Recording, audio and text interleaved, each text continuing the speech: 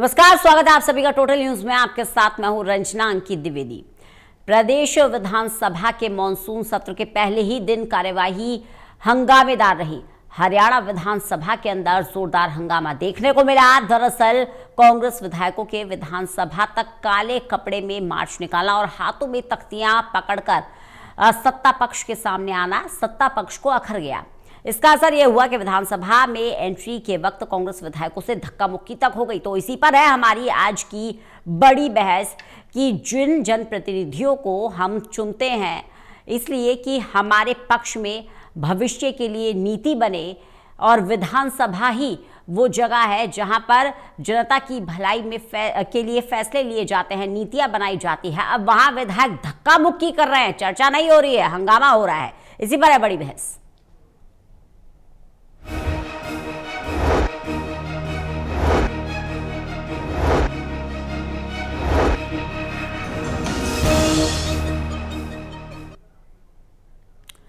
खास मेहमान हमारे साथ जुड़े हुए हैं जिनके साथ हम चर्चा करेंगे। हमारे साथ वरिष्ठ पत्रकार जुड़े हुए हैं, वीरेंद्र सोनी साहब, देवेंद्र कथुरिया हमारे साथ जुड़े हुए हैं, हमारे एसोसिएट एडिटर हैं। इसके अलावा डॉक्टर महेश कुमार हमारे साथ हमारे एसोसिएट एडिटर जुड़े हुए हैं। आप सभी का बहुत बहुत स्वागत करती हूँ इस चर्चा में।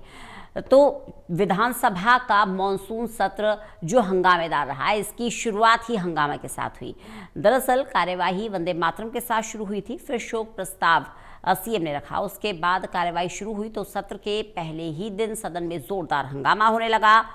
कांग्रेस विधायक कुलदीप वत्स ने विधानसभा के बाहर धक्के मारे जाने और विधायकों को विधानसभा में आने का मुद्दा उठाया। वहीं नेता प्रतिपक्ष भूपेंद्र सिंह हुड्डा ने कहा कि उनके साथ मिसबिहेव हुआ है, कांग्रेस विधायकों के साथ मिसबिहेव हुआ है।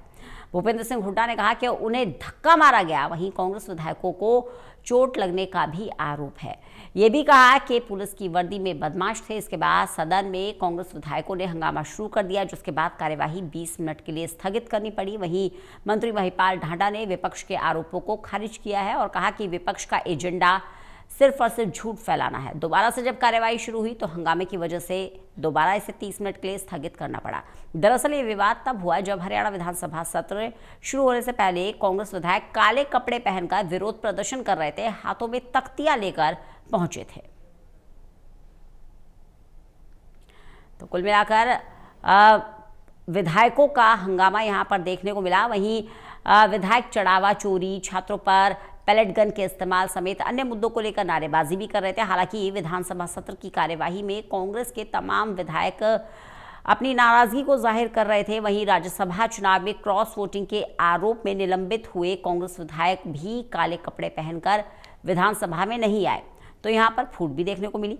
कांग्रेस के निलंबित विधायक मोहम्मद इलियास, जर्नैल सिंह, शैली चौधरी और रेणु बाला काले कपड़े पहनकर नहीं आए थे। कांग्रेस के निलंबित विधायकों ने पार्टी के बाकी विधायकों के साथ काले कपड़े पहनकर आने का समर्थन नहीं किया। तो विधानसभा सत्र के पहले ही दिन जबरदस्त हंगामा देखने को मिला है। प्रदेश विधानसभा के मानसून सत्र की कार्यवाही पहले दिन हंगामेदार रही है। देखिए खास रिपोर्ट।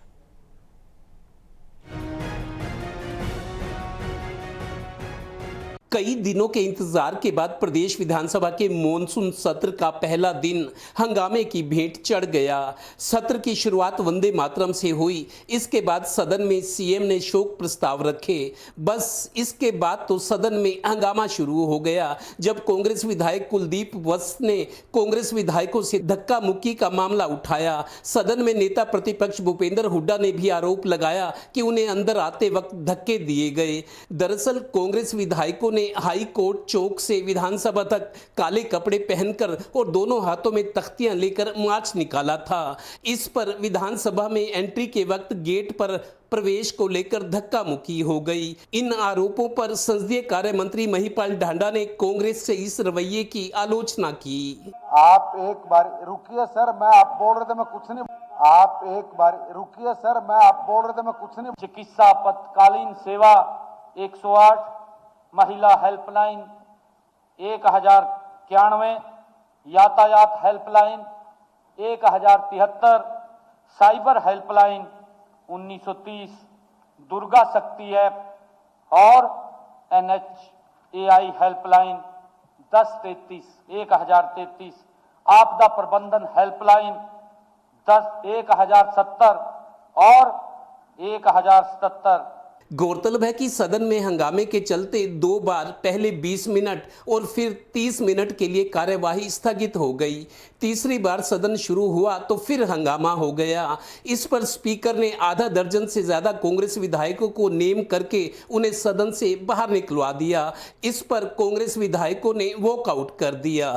इसी बात का तो हमने सवाल पूछा था, भाई स्पीकर साहब ये बताएं, आदेश दिए हैं, अगर आदेश नहीं दिए हैं तो उसको सस्पेंड करो, जिसने हमारे साथ धक्का मुक्की करी, नहीं तो आदेश दिए हैं तो किस उसमें दिए हैं। दिलचस्प ये रहा कि कांग्रेस से निलंबित 4 विधायकों शैली चौधरी, रेणु बाला, मोहम्मद इलियास और जरनैल सिंह ने काले कपड़े नहीं पहने थे।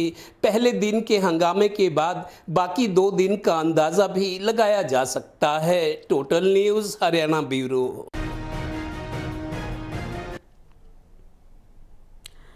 वीरेंद्र सोनी साहब, सबसे पहले आपके पास आऊंगी। सर, लंबे समय से आप पत्रकारिता कर रहे हैं, कई आपके अनुभव भी रहे होंगे, लेकिन ये जो तस्वीर दिन पर दिन बिगड़ती जा रही है, मतलब अब धक्का मुक्की अगर विधानसभा में होगी, ये तस्वीर अगर हम जनता के सामने पेश करेंगे तो जनप्रतिनिधियों पर विश्वास कहाँ रह जाएगा। हम जिस चाल चरित्र और चेहरे की बात करते हैं, जिस व्यवहार की बात करते हैं, जिस कोड ऑफ कंडक्ट की बात करते हैं, अब ये सब सिर्फ बातें रह जाएंगी। देखिए, ये तो पहले से संभावना थी कि सत्र हंगामेदार होगा, और लेकिन ये रूपरेखा बनेगी इसकी कल्पना तो नहीं थी।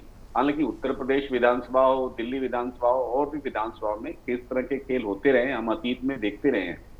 तो हरियाणा विधानसभा में इस तरह का प्रदर्शन पहले से अपेक्षित था। कांग्रेस ये सिद्ध करना चाहती है कि वो सड़क से लेकर सदन तक जनता की लड़ाई लड़ना जानती है और वो लड़ेगी, इस बात का संकेत भी दिया। और देखिए, जब भारतीय जनता पार्टी विपक्ष में थी तो भारतीय जनता पार्टी भी प्रदर्शन करती रही है। भारतीय जनता पार्टी के नेताओं ने अर्धनग्न होकर भी प्रदर्शन किया है। तो ये एक तरह से अपने आप को जनता के हितों का रक्षक बताने के लिए एक तरह का एक स्वांग चलता रहता है। और ये अब देखिए, दोनों पक्ष विपक्ष आ रहे हैं। भाई, प्रदर्शन के दौरान क्या हुआ, अब विधानसभा में भी मामला उठा।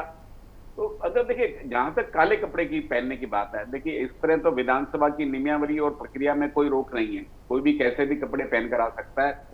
जो इंडियन नेशनल लोकदल के 2 विधायक हैं, आदित्य देवीलाल और अर्जुन चौटाला, वो हरी पगड़ी पहनकर आए और उन्होंने बल्कि विधानसभा में मुख्यमंत्री पर कटाक्ष भी किया, भाई आप तो हमेशा पगड़ी पहने रखते हैं, आज आपने विधानसभा में पगड़ी नहीं पहनी हुई। मुख्यमंत्री ने भी उसका जवाब दिया है। तो मतलब ये आरोप प्रत्यारोप का खेल तो चलता रहता है। लेकिन जो विधानसभा की जो कार्रवाई हुई है उसमें जो जनता के मुद्दे उठाए जाने चाहिए वो ना उठाकर आरोप प्रत्यारोप का क्रम चला है। भाई, मुख्यमंत्री इंडियन नेशनल लोकदल के दोनों विधायकों ने ध्यानाकर्षण प्रस्ताव दिया था, तो उस पर चर्चा हुई। कानून व्यवस्था का मामला था। इंडियन नेशनल लोकदल का कहना था कि कानून व्यवस्था की स्थिति काफी गिरी है और काफी अपराध बढ़े हैं और रिपोर्ट दर्ज नहीं की जाती। मुख्यमंत्री ने भी उसका जवाब दिया। मुख्यमंत्री ने कहा कि इंडियन नेशनल लोकदल का जब शासनकाल था तब क्या स्थिति होती, तब तो एफआईआर तक दर्ज नहीं होती थी, और कांग्रेस के शासनकाल में कितने भी कांड हुए उनका भी उन्होंने क्रमवार विवरण दिया। वही पुरानी बातें जो पहले अतीत में होती रही, हर विधानसभा सत्र में दोहराई जाती है। और वही तब इंडियन नेशनल लोकदल का ये कहना था कि जब ओम प्रकाश चौटाला की सरकार थी तब भी तो भारतीय जनता पार्टी का समर्थन था, तब भारतीय जनता पार्टी की आत्मा क्यों नहीं जागी। तो सारा प्रत्यारोप का खेल था, आरोप प्रत्यारोप का खेल था। और जो रतिया के विधायक हैं जरनैल सिंह, उन्होंने एक पर्चा भी लहराया, सिख विरोधी दंगों के संबंध में था, कांग्रेस पर कटाक्ष था। लेकिन अब जरनैल सिंह की आत्मा अब जाग रही है, और जब भी वो पहले कांग्रेस में रहे हैं, अभी भी कांग्रेस के विधायक हैं, लेकिन जिस तरह से उन्होंने राज्यसभा चुनाव में क्रॉस वोटिंग की, अब चाहिए तो था कि नैतिकता के आधार पर वो इस्तीफा देते, वो इस्तीफा दे नहीं रहे, वो भारतीय जनता पार्टी की बोली बोल रहे हैं। भाई, जब सिख विरोधी दंगे तो अभी हुए नहीं, 1984 की है, तब क्यों नहीं वो कांग्रेस के टिकट पर चुनाव क्यों लड़े। तो ये हर विधायक जो है वो चाहे भारतीय जनता पार्टी का हो या कांग्रेस का, अपने अपने दल की राजनीति कर रहा है। वो कोई जनता के मुद्दों के लिए संघर्ष कर रहा हो ऐसा दिखाई देता नहीं है। अब भारतीय जनता पार्टी दीपेंद्र हुड्डा की जो टिप्पणी को वो मुद्दा बना रही है। तो इसलिए हर जो है, चाहे भारतीय जनता पार्टी हो, चाहे इंडियन नेशनल लोकदल हो, चाहे कांग्रेस हो, वो अपने स्तर पर अपनी अपनी राजनीति कर रहे हैं। लेकिन देखिए, जो विधानसभा सत्र के अंदर जो रचनात्मक और सकारात्मक बहस होनी चाहिए उसका अभाव दिखाई दिया। और जो विधानसभा की कार्रवाई देखने के लिए स्कूली बच्चे आते हैं, उन पर क्या प्रभाव पड़ता है, वो क्या संदेश लेकर जाते हैं कि हमारे जो माननीय हैं वो सदन के अंदर किस तरह का व्यवहार करते हैं, चाहे वो कांग्रेस की तरफ से हुआ हो, भारतीय जनता पार्टी की तरफ से। तो भारतीय जनता पार्टी के जो मंत्री थे, उनका भी आचरण कोई हम उसको सुखद और ये लोकतंत्र के लिए अच्छा संकेत नहीं मान सकते। जहां विपक्ष की भूमिका है, विपक्ष को रचनात्मक भूमिका निभानी चाहिए, सिर्फ विरोध के लिए विरोध नहीं करना चाहिए। तो इसके लिए तो दोनों पक्ष ही दोषी है। अगर विधानसभा के सत्र के दौरान ये स्थिति बनी है तो हम किसी एक दल विशेष को दोषी नहीं मान सकते, इसके सभी का बराबर का दोष है। और जो माननीय है, उनसे जनता की बड़ी अपेक्षाएं होती है, उनका जो आचरण होता है सारा देश देखता है, सारे राज्य की जनता देखती है, उनसे अपेक्षा भी करती है कि वो अपेक्षाओं की कसौटी पर कितना खरा उतरते हैं। तो इसलिए ये जो सत्र है, आगे भी जब 2 दिन होंगे तो उसके दौरान भी आरोप प्रत्यारोप तो होगा ही होगा, लेकिन इनका आचरण भी रहना चाहिए। जो हम पिछले सत्रों का भी देखें तो जो आचरण रहना चाहिए, तब तो भारतीय जनता पार्टी के एक मंत्री और विधायक ही भिड़ गए थे उस समय, किन्होंने निम्न स्तर के एक दूसरे पर आरोप प्रत्यारोप लगाए थे। तो इससे विधानसभा की जो गरिमा होती है उसको ठेस पहुंचती है। बिल्कुल। देवेंद्र कथूरिया हमारे साथ, हमारे एसोसिएट एडिटर जुड़े हुए हैं। देवेंद्र, हम आचरण की बात कर रहे हैं, लेकिन क्या आचरण रह गया है? अब धक्का मुक्की की नौबत आ गई है। जनता की जो अपेक्षा है उस कसौटी पर कितना खरे उतर रहे हैं हमारे जनप्रतिनिधि? देखिए रंजना, पहले तो मैं ये कहूँगा 3 दिन की अवधि बहुत कम थी, ये माना भी जा रहा था। भूपेंद्र हुड्डा भी कह रहे थे सत्र कम से कम 4 दिन का होना चाहिए। अब एक दिन, पहला दिन तो हंगामे की भीड़ चढ़ गया। कल रक्षाबंधन की छुट्टी है, शनिवार वैसी छुट्टी रहती है, सोम और मंगल 2 दिन की सीटिंग्स है। आज जो पिक्चर दिखाई दी, जो आगाज हुआ है, तो उसका अंजाम अब क्या होगा? हम उम्मीद लगा रहे थे कि कर्मचारियों के मुद्दे हैं, युवाओं के मुद्दे हैं, किसानों के मुद्दे हैं, भ्रष्टाचार की बात है, ट्रांसपेरेंसी की बात आ रही है, बहुत सारी चीजें थी। लेकिन एक दिन तो 1/3 तो खत्म ही हो गया 3 दिन का, तो अब 2/3 रह गए। सोम मंगलवार देखते हैं क्या होता है। लेकिन जिस तरह का आचरण की बात कर रहे हो आप, जो आचरण ही है, मेरे को लगता है ऐसा बहुत कम हुआ। अभी मैं आपको बता दूं, ये दिन की घटना थी। सदन जब शुरू हुआ 2 बार स्थगित करनी पड़ी कार्यवाही, एक बार 8 कांग्रेस विधायकों को सस्पेंड कर दिया स्पीकर ने, उसके विरोध में सब लोग वॉकआउट कर गए, शोर शराबा हुआ, कुछ हो नहीं पाया। लेकिन कुछ चीजें अभी साफ हुई है, मैं आपको बता दूं। कुछ पिक्चर सामने आई है। भूपेंद्र हुड्डा जैसे कह रहे हैं कि धक्का मुक्की हुई है। अब एक फोटो ऐसी आई है जिस पर एक सुरक्षा कर्मी भूपेंद्र हुड्डा के सिर पर हाथ मार रहा है। अभी एक क्लियर एक पिक्चर है, कुछ सामने आई है जी वीडियो, उसमें भूपेंद्र हुड्डा जैसे धक्का मुक्की हो रही थी, अंदर जाना चाह रहे थे, काले कपड़ों में मनाई थी, तो एक पुलिसकर्मी अपने उसका दायां हाथ भूपेंद्र हुड्डा के सिर पर मारा। और जब ऐसा हुआ तो भूपेंद्र हुड्डा ने अपनी कोनी से उस पुलिसकर्मियों को मारा। ये 2 तस्वीरें सामने आई हैं। उसके अलावा जैसे वो जरनैल सिंह है, रतिया सिरसा से विधायक है, सस्पेंडेड है, कांग्रेस से सस्पेंडेड है। और जिस तरीके से उन्होंने 1984 के सिख दंगों का पोस्टर लहराया, इंदू सिंह नरवाल जो बड़ौदा सोनीपत से विधायक है, भूपेंद्र हुड्डा की समर्थन से 2 बार टिकट मिला और दूसरी बार भी जीते हैं, उन्होंने वो पर्चा खींच लिया। फिर एक चीज नई ये सामने आ रही है अभी, जो ये जैसे ही पर्चा इंदू नरवाल ने खींचा जरनैल सिंह के हाथ से, तो होडल के एक बीजेपी विधायक है हरिंदर राम रतन, ये चीजें सामने आई है वीडियो में जो वायरल हुई हैं। वो ये कह रहे हैं जरनैल सिंह को कि तुम ये कह दो कि कांग्रेस के विधायक एक दलित को नेता को बोलने नहीं दे रहे। मतलब बीजेपी के विधायक होडल के हरिंदर राम रतन उकसा रहे हैं जरनैल सिंह को कि तुम ये बोलो कि दलित विधायक हूं मैं, मेरे को तो कांग्रेस ने सस्पेंड कर ही दे, मेरे को दलित विधायक को बोलने भी नहीं दिया जरा। इस तरह का बीजेपी विधायक ने कान में बोला कि आप ये बोलो, तो मतलब स्तर ये रह गया है।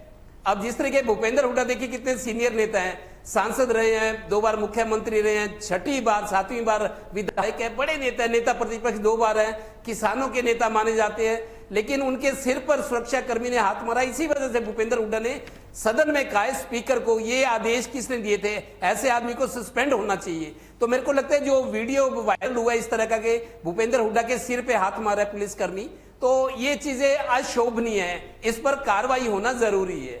बिल्कुल। डॉक्टर महेश कुमार भी हमारे साथ जुड़े हुए हैं, हमारे एसोसिएट एडिटर। महेश, इंतजार किया जाता है कि विधानसभा का सेशन शुरू होगा तो कुछ नीति बनेगी, लेकिन आउटकम की अगर बात करें तो पहले दिन का आउटकम क्या देखते हैं आप? सिर्फ धक्का मुक्की या कुछ और भी?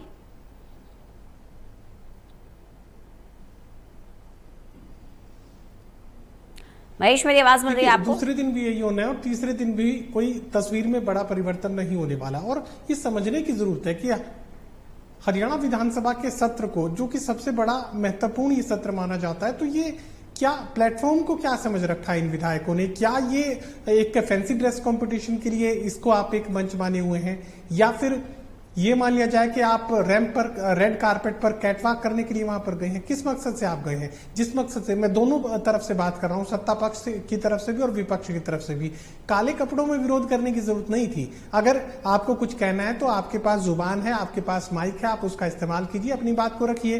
पूरा हरियाणा सुनना चाहता है कि आपका पक्ष क्या है, आप किन मुद्दों को उठाएंगे, ये लोग सुनना चाहते हैं। और सत्ता पक्ष के पास भी यही मैं कहना चाहूंगा कि आप किस तरीके के आचरण को बढ़ावा दे रहे हैं। कल को अगर आप विपक्ष में होंगे और आपके साथ कोनियां मारकर अगर सुरक्षा कर्मी आपको अंदर आने देंगे या बाहर धकेल देंगे, तो फिर आपके साथ क्या होने वाला है? ये एक व्यवस्था आप कायम कर रहे हैं। आज अगर आप कोहनी मारेंगे तो कल आपको कोहनी खानी पड़ सकती है। ये सवाल जरूर सत्ता पक्ष के जहन में रहना चाहिए। और सबसे महत्वपूर्ण बात क्या, उन सुरक्षा कर्मियों को लेकर भी मेरा सबसे बड़ा सवाल है कि आज जो सत्ता में बैठे हैं, कल वो सत्ता पर ही काबिज रहेंगे क्या? और हमेशा के लिए क्या इसी सत्ता पर काबिज रहेंगे? तो नौकरी है, नौकरी को बराबरी के साथ सबके साथ पेश आने की जरूरत है। और ये सिर्फ नेता प्रतिपक्ष भूपेंद्र सिंह हुड्डा को लेकर ही क्यों, अगर आप भी वहां पर रिपोर्टिंग पर खड़ी हो और आपके साथ कोई अगर इस तरीके से कोहनी मारे, कोई धक्का मारे, या वो भी छोड़िए, अगर कोई अपशब्दों का आपके लिए इस्तेमाल करे, तो आपको कैसा लगेगा? फिर हरियाणा के सबसे वरिष्ठ नेता, हरियाणा के सबसे बड़े नेता के साथ इस तरीके का आचरण कैसे स्वीकार किया जा सकता है? आप उनकी बात को मंजूर करें, नामंजूर करें, लेकिन किसी सुरक्षा कर्मी की इतनी हिम्मत कैसे हो सकती है कि वो नेता प्रतिपक्ष को, जो सबसे सीनियर मोस्ट नेता आज की डेट में हरियाणा की राजनीति में माने जा सकते हैं, आप उनके साथ अटैक कर रहे हैं, उनके ऊपर आप। तो ये चीजें मंजूर नहीं की जा सकती। और ये माननीयों को भी समझने की जरूरत पड़ेगी, चाहे सत्ता पक्ष हो चाहे विपक्ष हो। ये कोई कैटवॉक का प्लेटफॉर्म नहीं है, ये कोई रैंप शो आप करें, आप किसी तरीके का फैंसी ड्रेस कंपटीशन वहां पर करें, ये भी जरूरी नहीं है। जिन मुद्दों पर बात करने के लिए आपको भेजा गया है, उन मुद्दों पर आप बात करिए, वरना यहाँ नाराजगी जाहिर करने के, कपड़े पहनने के, यहाँ एक तरीके का हू हल्ला करने के आप पैसे ले रहे हैं, और वो पैसे जनता के हैं। बिल्कुल। और ये जो टिट फॉर टैट की लड़ाई है, इस टिट फॉर टैट की लड़ाई में सबसे ज़्यादा नुकसान भी जनता का ही हो रहा है। बहुत ही वाजिब है कि ये जो मॉनसून सेशन ऑर्गेनाइज होता है, या कोई भी किसी भी, चाहे संसद की बात करें या विधानसभा की बात करें, ये आपके और हमारे टैक्स से ही ऑर्गेनाइज होता है, तब जाकर विधायकों को सैलरी दी जाती है। लेकिन इस जो शब्द आपने कहे कि नौकरी है, नौकरी की तरह करिए, अब हमारे जनप्रतिनिधि से नौकरी मान कर रहे हैं, इसे तो राज मानते हैं। महेश,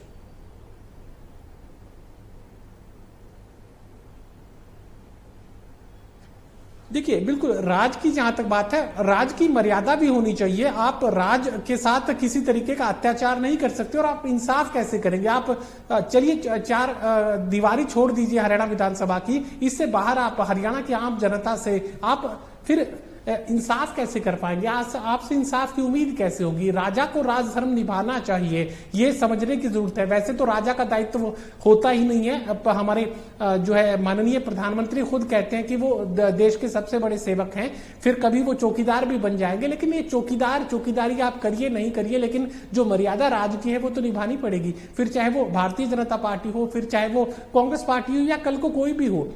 मुख्यमंत्री आएंगे, मुख्यमंत्री चले जाएंगे, राज आएगा, किसी एक राजनीतिक दल का राज चला जाएगा। कभी ओम प्रकाश चौटाला का वक्त था, उससे पीछे चौधरी बंसीलाल का वक्त था, फिर भूपेंद्र सिंह हुड्डा का दौर आया, एक दौर मनोहर लाल खट्टर का था, आज का दौर नायब सिंह सैनी का है। लेकिन ये दौर भी किसी दिन कभी तो बदल जाएगा। लेकिन हम किस तरह की परिपाटी तैयार कर रहे हैं कि क्या सुरक्षा कर्मी सबसे बड़े नेताओं के ऊपर अटैक करेंगे? मैं इसे अटैक की श्रेणी में लूंगा।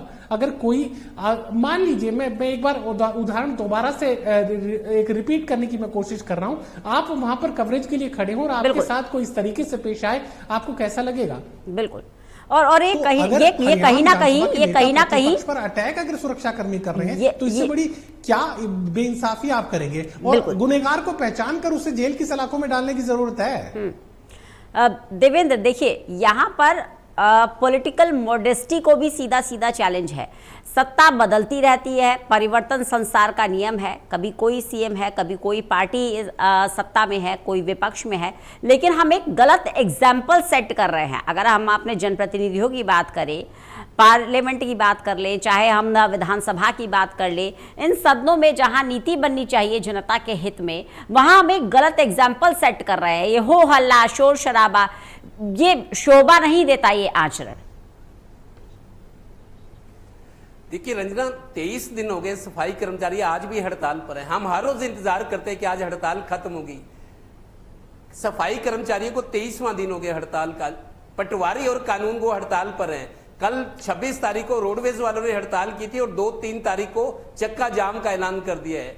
इतनी बड़ी समस्याएं हैं, जनता जिससे दुखी होने वाली है। जिस जनता ने जनप्रतिनिधि बनाया, जिस जनता के लिए सरकार बनी है, चुनी गई है, जन कल्याणकारी सरकार, ऐसी अपेक्षा होती है। तो अगर कांग्रेस के नेता हो, बीजेपी के हो, वो अपने अहम को तुष्ट करने के लिए अपने एजेंडा हो या जो उनकी प्लानिंग है वो उसी पर ध्यान देंगे। देखिए, मैं पूरे हरियाणा में 23 दिन से सफाई कर्मचारी हड़ताल पर है, पटवारी और कानून को हड़ताल पर है। हजारों केस, मेरे को लगता है अब तो लाखों में होंगे, फाइलें अटकी पड़ी है। किसी को बैंक से लोन लेना है लेकिन उसकी जो ओनरशिप है कागज की, इंतकाल नहीं हो पा रहे, जमाबंदी नहीं हो पा रही, कास्ट सर्टिफिकेट है और जन्म प्रमाण पत्र है, बहुत सारे काम अटके हुए हैं। अव्यवस्था नजर आ रही है। ऐसी स्थिति में जब ये चीजें उठनी चाहिए थी आज, अब आपस में लड़ाई झगड़े हैं। लेकिन जो देखिए, काले कपड़े पहनना, मेरे को लगता है चलो काले कपड़े पहले पहने होंगे, लेकिन जो धक्का मुक्की हुई है, आप देखिए इतने सीनियर लीडर हैं और जो कुछ हुआ है, लगता है अपने अहम को तुष्ट करने के लिए इस तरह का प्रेजेंटेशन है। जनता की कोई परवाह नहीं। विपक्ष को अपने मुद्दों की चिंता है, अपना जो सोच के है वो करना है और सत्ता पक्ष को बचाव करना है और पलटवार करना है। एक दिन इसी में निकल गया। तो ये सब कुछ जो सामने आ रहा है, मेरे को लगता है बहुत बहुत अशोभनीय है। और इससे जो मैं आपको बता दूं, अशोक अरोड़ा जो विधायक है कांग्रेस के थानेसर से, उन्होंने एक मंच से कहा था एक दिन, मेरे को याद है, कि नेता को अब लोग चोर समझते हैं। कोई कुर्ता पजामा पहने कुर्ता पजामा पहनना छोड़ दिया, क्योंकि नेता उनको लगते हैं जो नेता ये चोर है। ये अशोक अरोड़ा ने कहा है स्टेज पे। तो अब ये हालत होगी है जनप्रतिनिधियों की, पॉलिटिक्स से जुड़े लोगों की।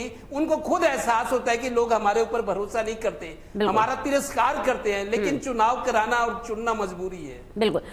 वीरेंद्र सोनी साहब, बहुत संक्षेप में जवाब दीजिएगा सर। क्या यही, जैसा कि महेश भी कह रहे हैं कि दूसरे दिन भी यही होने वाला है, तीसरे दिन भी यही होने वाला है, तो क्या हम मॉनसून सेशन का आउटकम शून्य मानकर ही चलें? बहुत संक्षेप में जवाब दीजिएगा।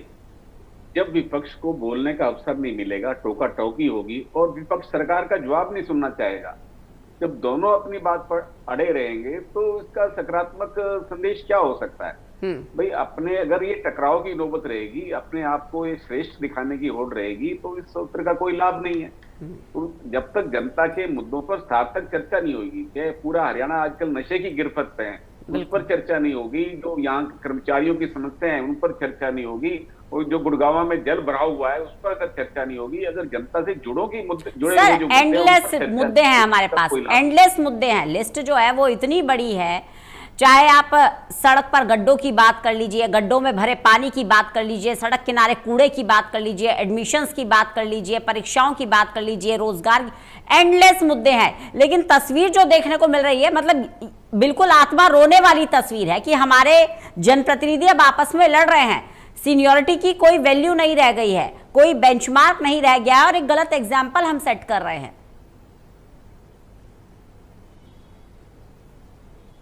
वीरेंद्र सोनी साहब, देखिए, बाकी अब तो ये सिर फटने वाली बात रह गई है। बाकी इस तरह का ये चल रहा है, चाहे विपक्ष की ओर से हो चाहे सत्तारूढ़ दल की ओर से, तो ये जो एक तस्वीर उभर कर आ रही है, ये कोई लोकतंत्र के लिए अच्छा संकेत नहीं है। जो हमारे जनप्रतिनिधि हैं वो जनता में, समाज में क्या संदेश दे रहे हैं, और इन तरह के देखिए जो जनता के मुद्दे, जब जनता ने आपको चुनकर भेजा है उन पर चर्चा नहीं होगी, जनता की समस्याओं पर जो है वो चर्चा नहीं होगी, तो सत्र बुलाने का कोई लाभ ही नहीं है। अब चाहे विपक्ष आरोप लगाए कि जो स्पीकर हैं वो सत्तारूढ़ दल के हितों की रक्षा करते हैं, उनका काम है कि सबकी जो है जितने भी, चाहे सभी विधायकों को उनको बराबर का अवसर देना चाहिए, न्याय करना चाहिए, लेकिन ये तो आरोप प्रत्यारोप चलता ही रहता है। तो जो जिस तरह से विधानसभा के दौरान जो आज हुआ और जो आगे आने वाले सत्र की हमें तस्वीर अभी से दिखाई दे रही जी। है, उससे कोई हरियाणा के विधायकों की जो छवि है अच्छी बनकर नहीं उभरेगी। चलिए, बहुत बहुत शुक्रिया आप सभी का हमारे साथ चर्चा में शामिल होने के लिए। तो जो सत्र के पहले दिन की तस्वीर सामने आई है, एक वोटर होने के नाते हर कोई ये सोच रहा होगा कि हमने किसको वोट दिया है, हमने किसको अपना जनप्रतिनिधि बनाया है। विधायकों का काम नीति बनाना है, हमारी समस्या को समझना है, उसका समाधान निकालना है।